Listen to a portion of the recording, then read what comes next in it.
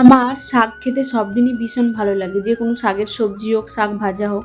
তাই তো আজ বড়বাবু বাজারে গিয়ে 2-3 রকমের শাক নিয়ে এসেছে মূলো শাক, লাউ শাক, কুলকে পাতা, ঝিঙে, বিভিন্ন রকমের সবজি বাজারে করে নিয়ে এসেছিলো।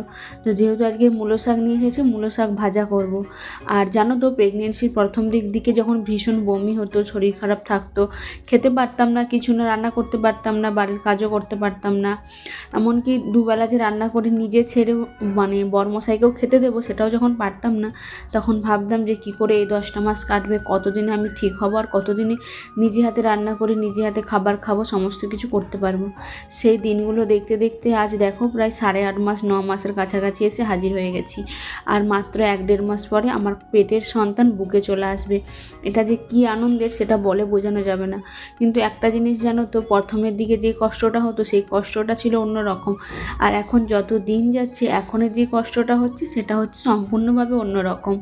আর আজকে যে ঝিঙেটা নিয়ে এসেছিলো সেটাও ভেবেছি পোস্ত করে নেব। তো সেই ঝিঙেটাই এখন কেটে ভালোভাবে ধুয়ে পরিষ্কার করে বেছে পোস্ত বসিয়ে দিয়েছি। আর এদিকে ভোলা মাছের তেল ঝাল হবে, সেটাতেই নুন হলুদ মাখিয়ে নিচ্ছি।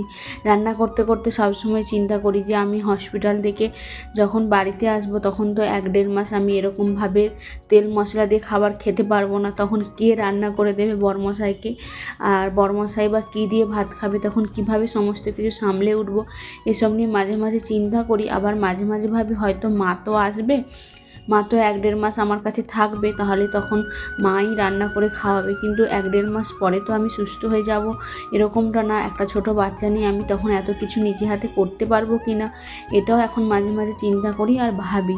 তো সব কিছু চিন্তাভাবনা করেই যখন করতে হচ্ছে, তো এইটুকুটা আর চিন্তাভাবনার বাইরে কেন থাকে।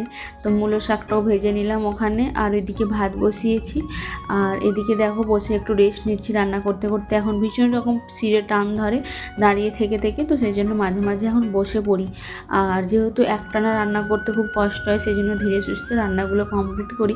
একটু বেলা হয়ে যায় কি সময় লাগে, কিন্তু তবু করে ফেলি, এখনও সেই কষ্টটা হয়নি। এরপর জানি না ভগবান ঠিক এভাবে মনের জোর আর শরীরের জোর দুটোই আমাকে শেষ পর্যন্ত দিতে দেবে কি না।